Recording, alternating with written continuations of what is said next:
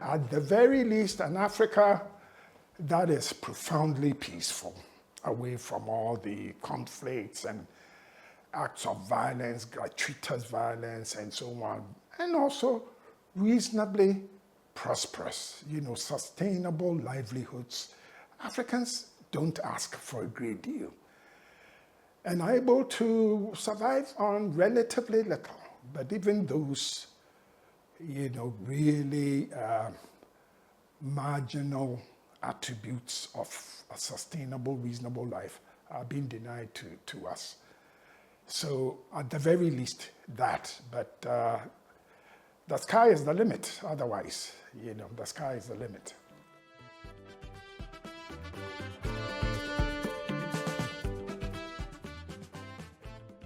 The security context on the whole was one that, because of the processes, the widespread processes of democratization that were taking place in Africa, and also this whole notion of security sector reform, gave a lot of room for hope and optimism. And it also gave a lot of room for moving beyond the usual secrecy and prohibitions with regard to discussions of security. And ASSN emerged as part of that tide and one of the forces trying to channel developments, these hopeful developments, into meaningful transformation. And ASSN specifically began at two levels. One was just colleagues who were working in the field primarily of civil-military relations and, military budgeting and stuff like that.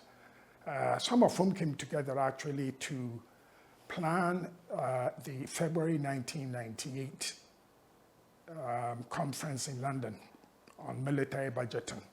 Claire Short was the one who put this together, and we came together to plan it. And that conference, in a sense, was the beginning of the conceptualization of security sector reform.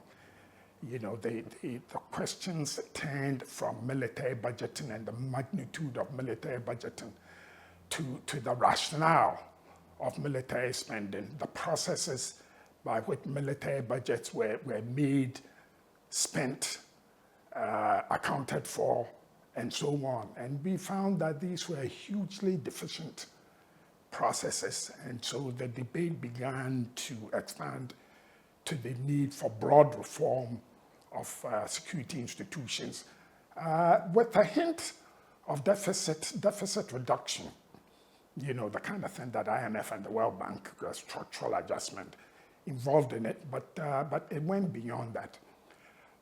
And the second step was actually a coming together of scholars and activists and practitioners from Ghana, Nigeria, and South Africa to try to learn from each other about processes of security reform or transformation, partly as the process of democratization, but also after the kind of conflicts that surrounded the apartheid, the downfall of apartheid in South Africa.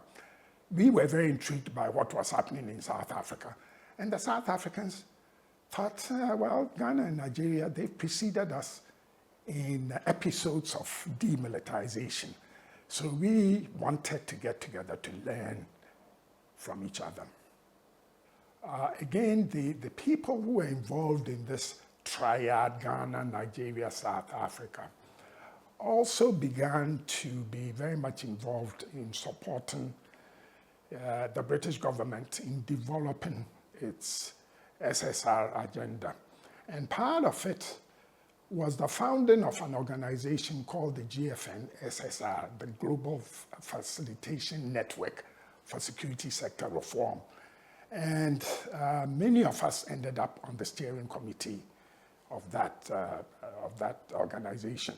And the organization was actually a south-south organization with roots and members from Africa, the Philippines, Indonesia, Latin America, Flaxo. I believe it also involved Sri Lanka and a couple other Asian nations. So we were doing the South-South meeting and so on and so forth. And then we had a meeting in Maputo, and we thought, hey, I think we should formalize this African part of this network. So that's how come we ended up in Elmina. And the people there actually were both Southern activists and Northern scholars and activists. The Northerners included, of course, Robin Lockham, Nicole Ball, Dylan Hendrickson, and a couple other people, not David Shooter, he came along later. But these were people who were profoundly embedded in African security research, tremendous authorities already, and we've been working together for probably a decade or more informally, going to conferences together and stuff like that. So they arrived in Elmina. They were invited to Elmina as part of the founders of the ASSN. And then there were the people from South Africa, of course, the people from Ghana, including, of course, my own organization, ASDR, the African, what was ASDR? It's Security Dialogue and Research, for goodness sake, the CDD from Nigeria, and so on. But, there were a lot of inspirational people there. But let me tell you about the kind of organization that emerged out of this. The first aspect of it, and I've already mentioned that this was actually both North-South and South-South, but the other element of it was the powerful or powerfully engendered nature of the ASSN. It turned out that actually our most creative and committed activists were women. These were women, mostly scholars, but at the same time, members of NGOs and so on. People like Fumi Olanisikon, Comfortero, Anicia Lala, Janine Rausch, Uju. I think maybe Uju probably came along later. And some of these people are people who have gone on to incredible heights. Comfortero is now the president of the ICG, the International Conflict Group. Fumi is the vice president international at King's College, and of course the founder also of the African Leadership Center. So we were distinguished right from the beginning by this powerful body of women, including Sandy Africa, even Thandi Modise. The South Africans had a really strong liberation women's wing. And these were the people who dazzled everybody at the time. So the organization that emerged from this, one can say, also that at the time it was very skeletal. And since then, ASSN has gone through two transitions. The first was that the skeletal organization, which it didn't have any structure. Even what we now call the chair was called the convener, and the convener was Rocky Williams, a really powerful South African presence. And the South Africans, the interesting thing was that they were both scholars and practitioners. And it was this melding of scholars and practitioners, dominantly in the defense arena, that gave us a lot of our punch, because otherwise people like myself were just simply scholars and so on. You really had to get together with the practitioners to be able to know how, the real world worked. Let's put it that way. So this skeletal organization in 2009 became, for the first time, actually formalized as a corporate entity in the way that we knew it. Until then, it was hosted by one of our member organizations, starting with my own organization in Ghana. So the ASSN actually did not exist as a formal body. The second important development was that ASSN started as an Anglophone organization. 2009, and that's when we met you, we had that meeting in Lomé to inaugurate the Francophone wing. So ASSN became not only multidisciplinary, but also multilingual, given that there was also a Lusophone component, people like Anicia, Paulino Makaringe, and so on. So these were the important steps that we'd already begun to take before the next big adventure, which was engaging the AU and ECOWAS and so on.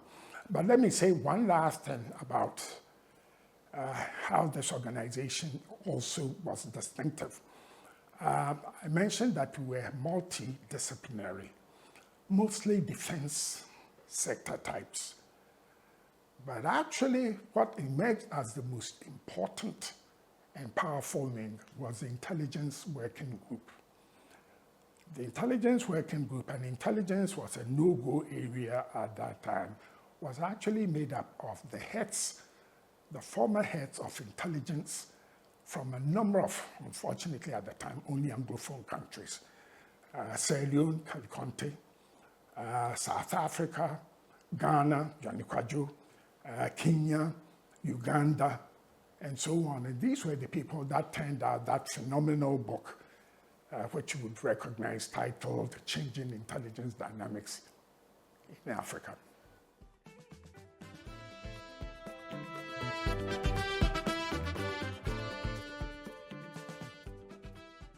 ASSN's appearance could not have been better timed because we filled a huge vacuum.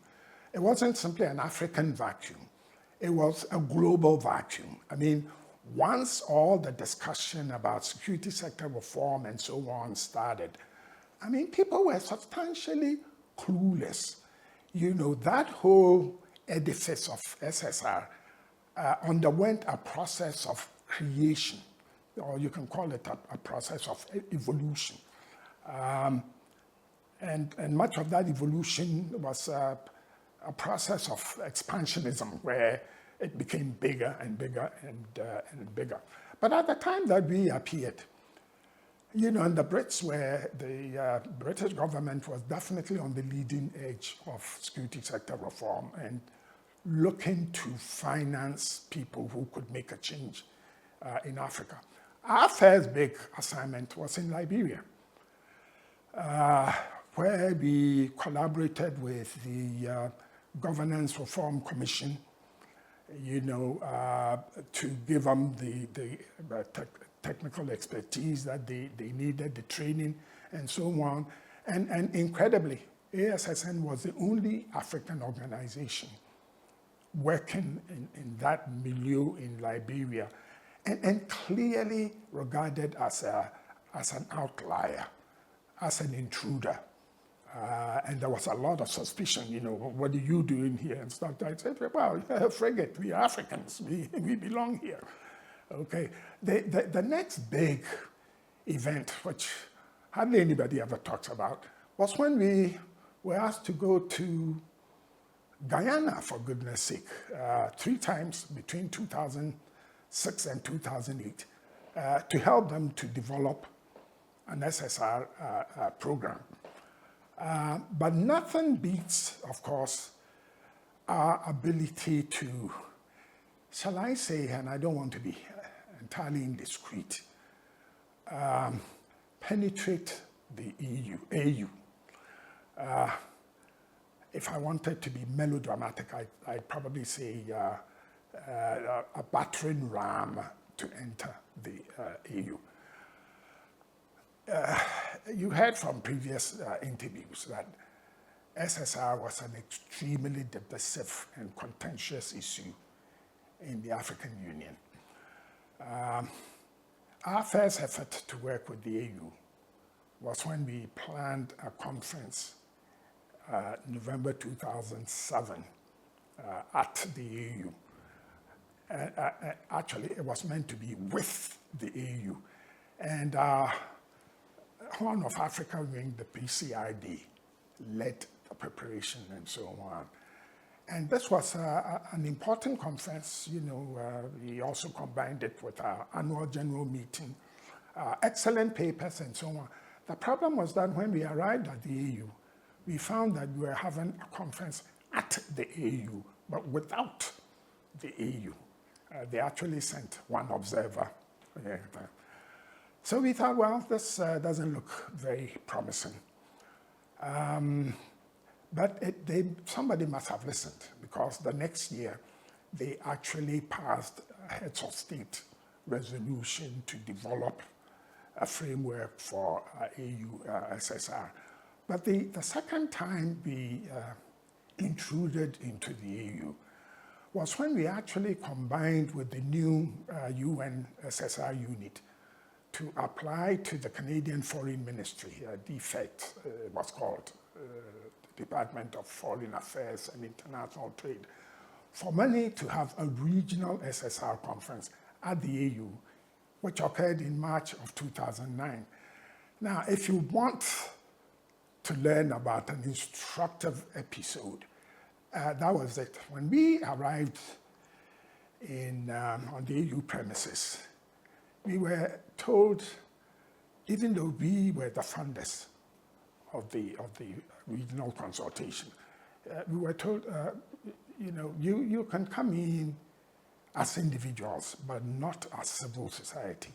Why? Because it was explained to us that SSR was divisive enough, and civil society, adding civil society to it, was going to be off the charts. It was going to alienate a lot of the member states and so on. So ASSN was not mentioned, but we had a very successful conference. Everybody thought, hey, this is good, and so on. And things began to escalate very quickly after that. By October of 2010, we had signed an MOU with the AU. In November, the UN, TITOV, and the UN SSR unit joined up. So we had a tripartite arrangement in which we were the technical partners for the work of developing the AU security sector policy framework. So this was major. If you want to hear more about that, you already heard from Norman about some of the internal contestations. It was not easy. Civil society was tremendously supportive. They were the first to be consulted. We had a meeting in Abuja. Civil society from all over Africa came. They were tough, they were critical, they kept us on our toes, but they were hugely, hugely supportive. By contrast, May of 2011, we met with the member state experts, and I believe Norman already hinted that that was almost a disastrous meeting. Complete hostility by significant member states against the whole notion of SSR. Some conflated it with what they called regime change, and clearly the hierarchy of the AU itself was very sensitive to the level of pushback. Two-day meeting, and the only body left standing throughout that meeting was Norman. Norman sat on the stage alone. The AU superiors all exited early, which became a confirmed strategy for avoiding confrontation with the member states. And Norman held the fort, complete personal courage. Deji and I sat at the back of the hall and we said, my God, this is, so as you know, the process was consummated, and eventually, of course, in January of 2013, the policy framework was formally adopted, to our surprise, because we thought it wasn't going to happen. So that was probably our finest moment. And it led to a situation where the EU also came in.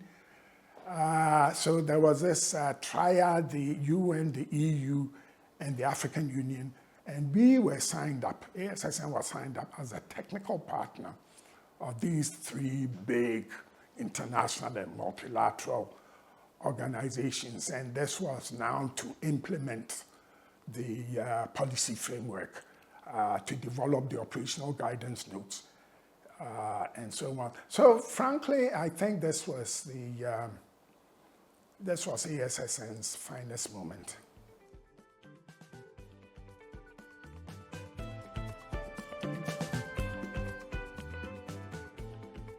As a good many NGOs and civil society organizations discovered, there was a funding retrenchment.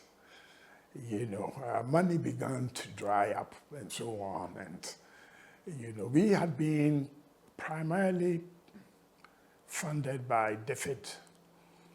And that allowed us actually even to put a senior SSR advisor in the research team in the EU as part of this whole process of development. And up to 2015, when the UN, EU, AU tripartite project was in place, there was quite a bit of funding. And we were also able to build the capacity of the AU SSR unit. At that time, the only person, the so-called SSR focal person, was, of course, Norman. But I think we built up a team of 5, 6, or 7. Still not enough, but it really began to look robust. That's when Hamuda and, all of them came along and so on. Unfortunately, once this money ran out, this whole edifice began to crumble. And it's resulted in a situation where SSR within the unit, within the AU itself, has been severely underfunded. Most of the money traditionally has come from outside. I haven't even mentioned, of course, ECOWAS at all, which was also a major independent but also connected development. ECOWAS was doing the same things as the AU, but interestingly enough, in a number of respects, was actually ahead of the AU, even though subsidiarity dictated that ECOWAS would follow the lead of the AU. A lot of the time it was the other way around. So in speaking with AU people, a lot of the time they had great admiration for the things ECOWAS was doing, like their early warning system and so on. And we were part of that as well. So, and had worked closely with the UN. The whole UN, the impetus in the UN to assist with SSR in Africa, of course, was very much tied to the what was called the Friends of SSR, chaired by Nigeria and South Africa, but also the Slovak presidency, and these were people who really were very useful, both at the AU level And I was very much a member of that. So when the UN-SSR expert roster, for instance, was floated, I was invited as the keynote speaker. And then I chaired a number of events there.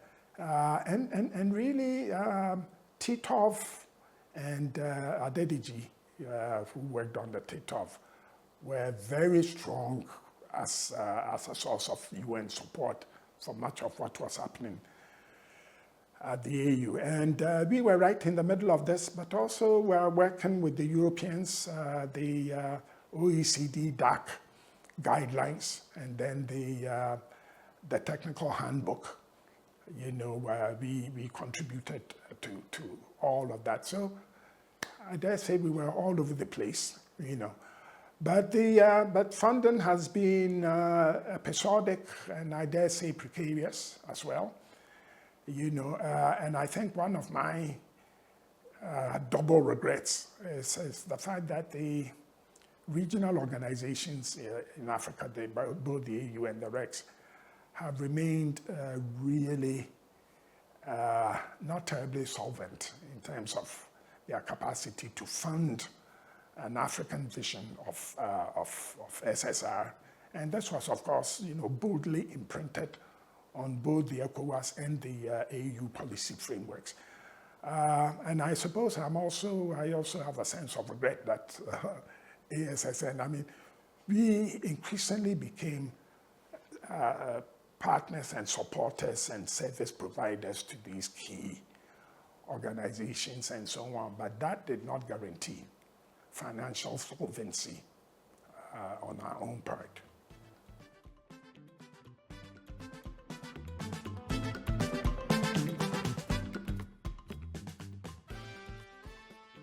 I think that too is my sense of regret. As I sit here, I feel like even though we had committed ourselves again and again to raising the next generation of SSRG activists and analysts and so on, we've not really been able to bring it to pass. So consequently, ASSN has been dominated by an old guard that is increasingly whittled down as people retire or leave to go and do other things and so on, without compensating through the development of this younger generation of activists. Now, if you want to see an example, though, a successful example of what I'm talking about, look at what FUMI has done with the Africa Leadership Center. FUMI was one of the youngest of the original ASSN people. And she looked like a preteen, she kept her hair straight, looked impossibly young, and just a delight. But she was sharp, and in retrospect, way ahead of the thinking of the main body of, she always harped on this thing about the youth and bringing the youth in and so on and so forth. And I think one of the problems with ASSN was that this whole focus on acting with governments and regional organizations, and we had to be extremely experienced and authoritative to be able to catch the attention of all these superlative entities. But FUMI always dwelt on this thing about the youth and so on, and went on to, found the ALC and to bring it to maturity, spinning out all these young, of course, it's mainly educational and so on, but highly successful. And King's College is, of course, mightily proud of that achievement. And one of FUMI's younger graduates that she mentored, Eka Eke, is now the director of the ALC. And that is what we probably should have done. And there'd been talk at the time even of putting together a college-type course that would do what, but time has an insidious way of passing very quickly while you contemplate the heavens and, all of that. So that remains really one of our key omissions and certainly one of my own personal regrets.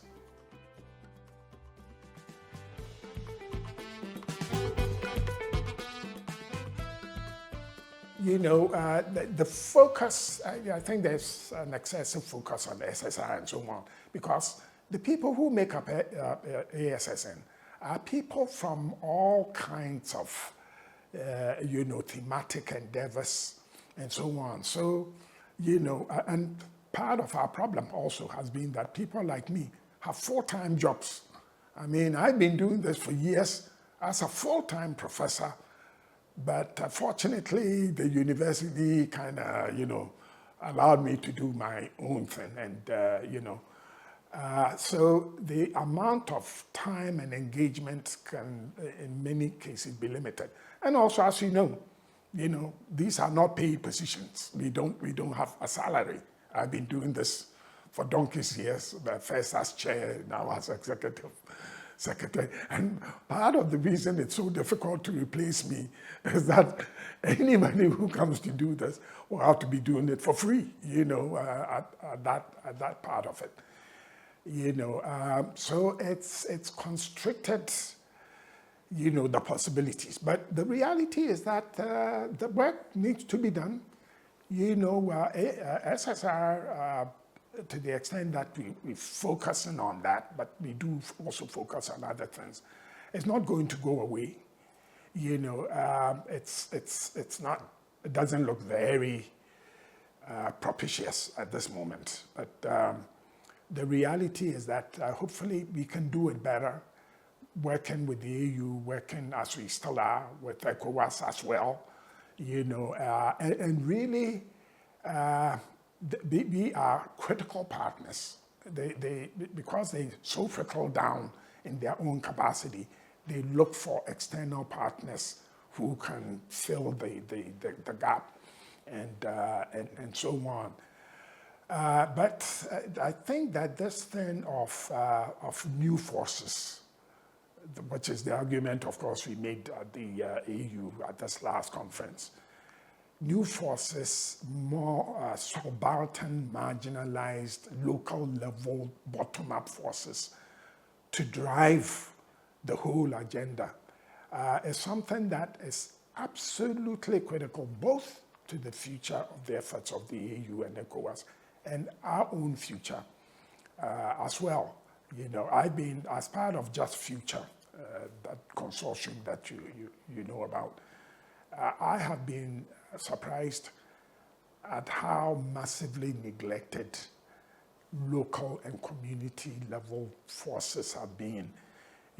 We've all been so grandiose and expansive in our thinking that we fail to recognize the people who are actually in the front lines of conflict, of the struggle against violent extremism, people who are really in the trenches, and working with Just Future has alerted us to that huge omission, these neglected constituencies.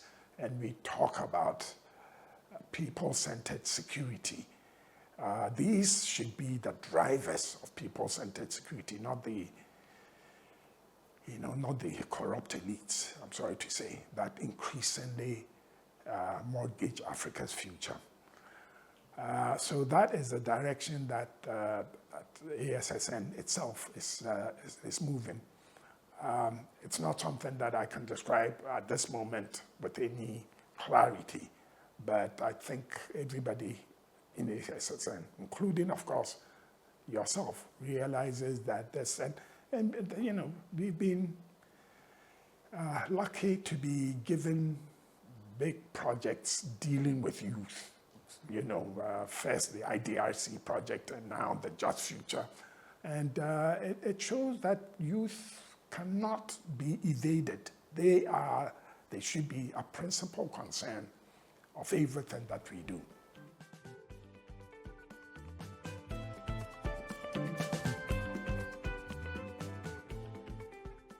Hybridity was imprinted in the AU policy framework, but not with the use of that word, you know. And when we worked on the project between 2014 and 2017 of hybrid security governance, and demonstrated the rich possibilities of that concept. And of course, we weren't the only ones working on it, but in terms of a network, a broad multi-country network effort, ASSN in Africa, ASSN was exceptional. Yeah, I mean, you know, it turned out that the AU itself had not paid much attention to it, you know, the so-called modern security sector rather than traditional and customary institutions of security and justice and so on, which exist and cannot be simply erased, but have tended to be subordinated, manipulated in all manner of ways, you know. But we had that presentation on Sierra Leone where this is actually embedded in the Sierra Leone National Security Strategy. And simply as a matter not of high theoretical aspiration, but of simple pragmatism. You know, Sierra Leone was going through this very difficult reform process, you know, started off with a lot of British support and also British visions of how it should be shaped, which was all very technical, especially the Ministry of Defense and so on. And after a couple of years of that, the Sierra Leoneans said, look, you know, we're going in the wrong direction, you know, and began to look at their own, you know, society and their own national assets, you know, identifying the chieftaincy, then the local communities and so on, as the base of the whole national security strategy. And remarkably, you know, this is one of the few explicit attempts to work out a hybrid security model. But everybody now jumps on that, you know, the UN and the DCAF and them and so on, you know. So it's become a very important concept, but also with a lot of shaded meanings, because it's acquired all manner of meanings rather than one understanding of what this, you know. So there's the positive meaning, which usually is applied to Africa, all the good things that can be, you know. But in the Middle East, hybridity is seen fairly negatively, pretty much in terms of armed non-state actors who are, you know, like eroding the power and authority of the state, or challenging the power and authority of the state. And in fact, you know, so you tend to find that some of this has also been brought into the AU, where some of our North African representatives, every time you talk of non-state actors, they don't even make a distinction between civil society and you know, rogue elements and so on, and have driven quite a bit of the anti-civil society, you know, reality within the AU. But yes, that's an important concept, and one that, you know, exists in most African countries, but not always with the level of explicitness and legitimacy that you see in Sierra Leone.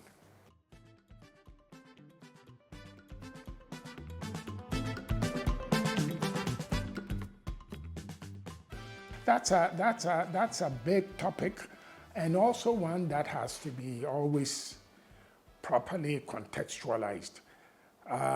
No, I got into this. I thought, hey, well, you know, I was from Ghana, and we'd had the first coup in 1966 when I was a student at Legon, and then a series of increasingly disastrous military interventions, you know. And at the time, I thought, okay, that sounds like a good PhD topic.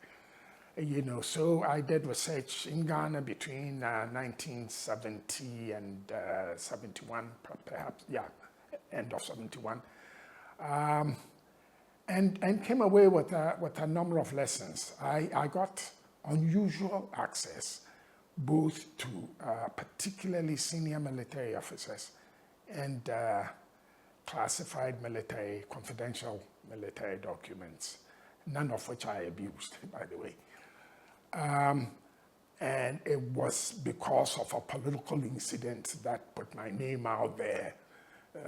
You know, I didn't think it was a big thing, but everybody seemed to have thought it was big, you know, and actually brought me to the attention of dissident military officers. What was that? Oh, that was just this little impolite, but you know, encounter with the Prime Minister, where I told him off publicly, and for my trouble got arrested and was put on the front page of the newspapers. Much to my surprise, I suppose I must have been totally naive as to the magnitude of what I was doing, you know. And the press was ordered not to report it, but the Graphic put me on the front page. Did an editorial on me, and the second page had my wife bawling her eyes out on the back page, and in between, angry letters from ministers of Bozier's government condemning me for what one of them called anti-Mercedes neurosis, you know, that kind of thing. And because of that, you know, people in the opposition, the military and so on and so forth, also ethnically defined, even though they were from a different ethnicity than myself. As I was doing my interviews, I kept being introduced to, you know, and really got a lot of information that was unusual in those days. So that thesis actually was under wraps for 5 years, you know, that kind of thing. But it taught me a number of things. It taught me that you cannot talk about coups and military regimes if you do not have a grasp of the micro-politics of the military itself. So my thesis has a lot of that in there, and it makes me hesitant to expound or expatiate on every coup that comes along. If you don't know what's happening within the military itself, you're only getting part of the picture. And most theorizations of military coups lack this critical element of an incisive penetration of the nature of micropolitics in the military itself. The other thing that was clear was that civilians were very poorly equipped to actually understand and control the military. And also, interestingly, that if you know how to do it, military people are more approachable than these civilian politicians. I had incredible conversations with military officers. And the reason is that they tend to be intrigued by a civilian who understands military stuff. So my thesis was required reading in the Burma camp for many years. You know, they were going in there to find out about their own institution. You know, so that really gave me a huge launch-off pad in my work with ASSN and so on. You know, we find it very easy to talk to security people.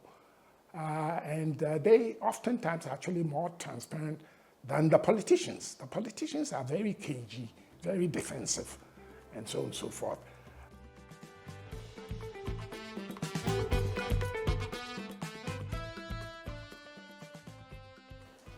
These coups that are occurring now, first of all, we should not conflate all of them, you know, the return of coups, things like that. Let me just say this, that I have always thought and argued that the distinction between authoritarian civilian regimes and military regimes is not as great as people tend to think. That indeed, an authoritarian party regime oftentimes is more dangerous than your typical military regime, precisely because they have many more tools to work with and penetrate society in ways that military regimes rarely try to do. So that element to it. Now, it's clear that the ones that we've been occupied with, which is Mali, Niger, Burkina Faso, have new elements. I mean, the old element is the fact that these were previously militarized societies. You know, so the military coming back is no big deal, you know, that kind of thing. There's been a legacy of militarization, which I dare say didn't end very well. You know, so people, this is part of the political equation, embedded political equation in those countries. But the new elements is really the fact that both the military and the state are seriously on the back foot in the face of the new security threats, jihadism and all of that. You know, so this whole military coups as contestations internal to the state, you know, that kind of thing, and so on. And really should be greeted with a level of sympathetic understanding and support for more viable solutions rather than, you know, treating them as outcasts and so on. But the one thing that really worries me is the level of youth support and even celebration, which seems to suggest to me that we have a new generation of people who are relearning lessons that we thought we had already learned. You know, but then these are the new times. You know, there's a sense of desperation, a sense of profound injustice, a sense of violation, a sense of, you know, complete and absolute marginalization that is leading to this upsurge of popular rage and anger among the youth. But this cannot be generalized. Youth in Nigeria do not celebrate military coups. Youth in Sudan do not celebrate the military, you know. So a lot of this is contextual, they're common elements, and understandable. I mean, youth in Mali and Niger and Burkina Faso feel completely betrayed, you know,